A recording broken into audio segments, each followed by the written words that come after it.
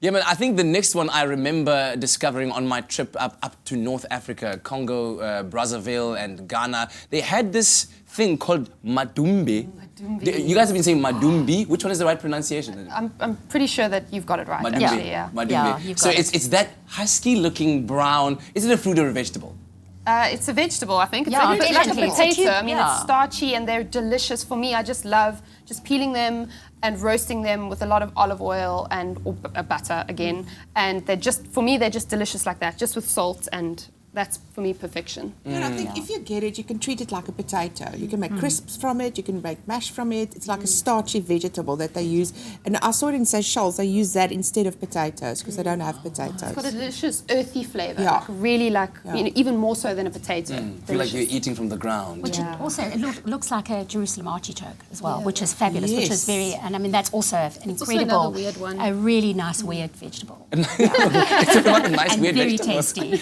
Now, if I were to ask each of you to suggest one of these fruits or vegetables that viewers at home should try out as the least intimidating one from a culinary perspective, which one would you say is the easiest one to start off with?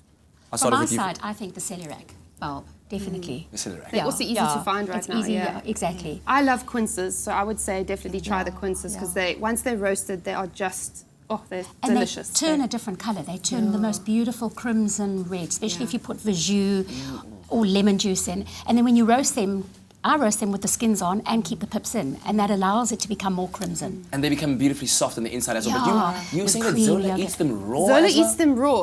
Anel mentioned it, but Zola. She just cuts them and sprinkles salt on it and eats it just like that. And that's the old-fashioned way. My gran did that as well. Oh, my goodness. It's kind of between a pear and an apple kind, but it's very like I would chalky. suggest the blossoms, the zucchini blossoms. People are scared of them because they're fragile and they don't know what to do with them. And just get a bit of ricotta and figs that's in season now. I would put like fig and ricotta inside there, and I'll make a syrup of the figs and steam it and make a sweet dessert out of it. Instead of that's making clever. a savoury, and give it a turn of black pepper. Yeah. Do a dessert with it. Divine. Are you hungry? I'm hungry. I always am. Instead of it, when are you inviting us for dinner? Listen, our lines still remain open, 083-913-3728. We actually have a caller on the line, Manuela, all the way from Joburg. Good morning. Good morning to the best presenter in Johannesburg. How are you? I'm very well, thank you so much, Manuela. Thank you for your call. What is your question or your comment to our panel? And I do have a question. It's very boring, and I'll be quick and short. Well, when I was in Bahrain 2 weeks ago, they had something called a grapple, which is an apple and a grape, a red grape, and it literally looks like an apple.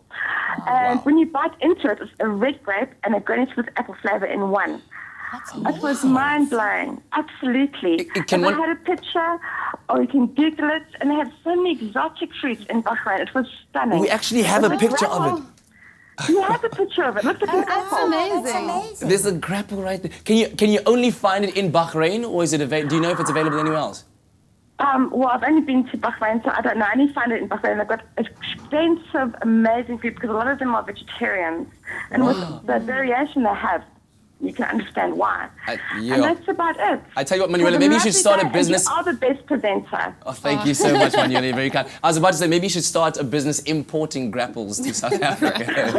That makes money. You've got to taste one. It's very confusing. Thank you so much. Wow, okay. You I'd bite love and you to think taste apple, that. but it's juicy, so it's a grape. Okay, so listen, we'll be back with our panel to discuss weird and wonderful fruits as we continue our culinary hotline. But right now, over to the rest of the team.